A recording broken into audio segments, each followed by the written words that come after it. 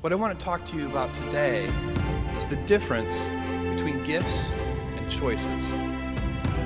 Cleverness is a gift. Kindness is a choice. Gifts are easy. They're given after all. Choices can be hard. You can seduce yourself with your gifts if you're not careful. And if you do, it'll probably be to the detriment of your choices. Jules Verne, Mark Twain, Galileo, Newton, all the curious from the ages would have wanted to be alive, most of all, right now. As a civilization, we will have so many gifts, just as you as individuals have so many individual gifts as you sit before me. How will you use these gifts? And will you take pride in your gifts or pride in your choices? I got the idea to start Amazon 16 years ago.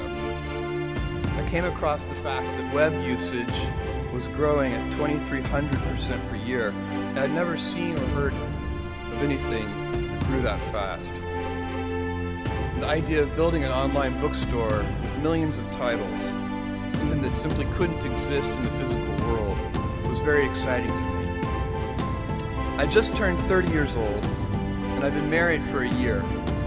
I told my wife, Mackenzie, that I wanted to quit my job and go do this crazy thing that probably wouldn't work since most startups don't, and I wasn't sure what would happen after that. Mackenzie, also a Princeton grad and sitting here in the second row, told me I should go for it. As a young boy, I'd been a garage inventor. I'd invented an automatic gate closer out of cement-filled tires, a solar cooker that didn't work very well out of an umbrella and aluminum foil, baking pan alarms to entrap my siblings. I'd always wanted to be an inventor, and she wanted me to follow my passion. I was working at a financial firm in New York City with a bunch of very smart people, and I had a brilliant boss I much admired. I went to my boss and told him I was going to start a company selling books on the internet. He took me on a long walk in Central Park, listened carefully to me, and finally said, "That sounds like a really good idea, but it would be an even better idea for someone who didn't already have a good job." That logic made some sense to me, and he convinced me to think about it for 48 hours before making a final decision. Seen in that light, it really was a difficult choice, but ultimately, I decided I had to give it a shot. I didn't think I'd regret trying and failing, and I suspected I would always be haunted by a decision to not try at all. After much consideration, I took the less safe path to follow my passion, and I'm proud of that choice. Tomorrow, in a very real sense, your life, the life you author from scratch on your own, begins. How will you use your gifts?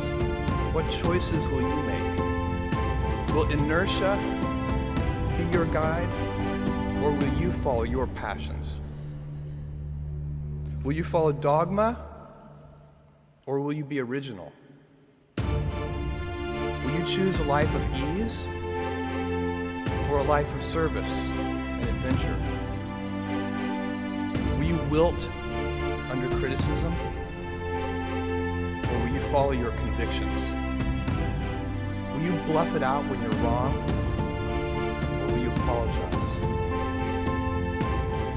Will you guard your heart against rejection, or will you act when you fall in love? Will you play it safe, or will you be a little bit swashbuckling? When it's tough, will you give up, or will you be relentless? Will you be a cynic, or will you be you be clever at the expense of others? Or will you be kind?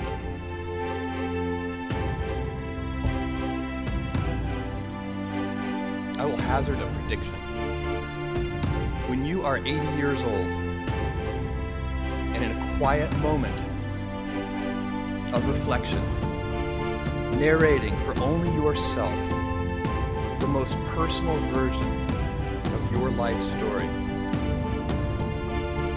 the telling that will be most compact and meaningful will be the series of choices you have made. In the end, we are our choices.